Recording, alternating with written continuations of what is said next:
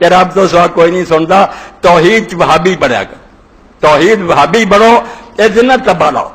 سنت دی محبت آئے تو بڑے لی بنو کہ رسول اللہ دی شان بھی پہچانو. ایویں نہ کیا کرو کہ نبی میرا بشر ہے, بشر بشر نہیں.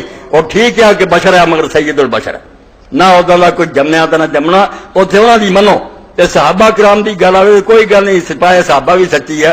تے رسول اللہ یار یہ ساتھی نہ مل جائے دین کی طرح پھیل, مر گیا سب کو لٹاتا, وہ بھی منو. حسبک اللہ میں تواک من المومین, اللہ اللہ تیرے لیے اللہ کافی ہے, تے وہ ساتھی کافی ہے جڑے تیرے پیرو. اللہ نے اپنے نال رایا کہ ساتھی بھی تینوں میرے ارگے لبے, بالکل قربان ہے تے.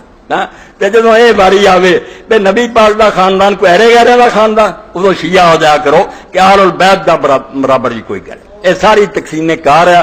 اللہ نے مزدوراں دا کام دیتا, بن تے سارے اپنی ڈیوٹی دے رہے, بندے بن کے رہن, پیار نہ ایک دوسرے ساتھی نہ لارن. قصہ کوئی نہیں, صرف فتور ٹھڈ دا لالچ نے برباد کیتا تے بربادی ہو گئی ہے. اور گل کھ بھی نہیں.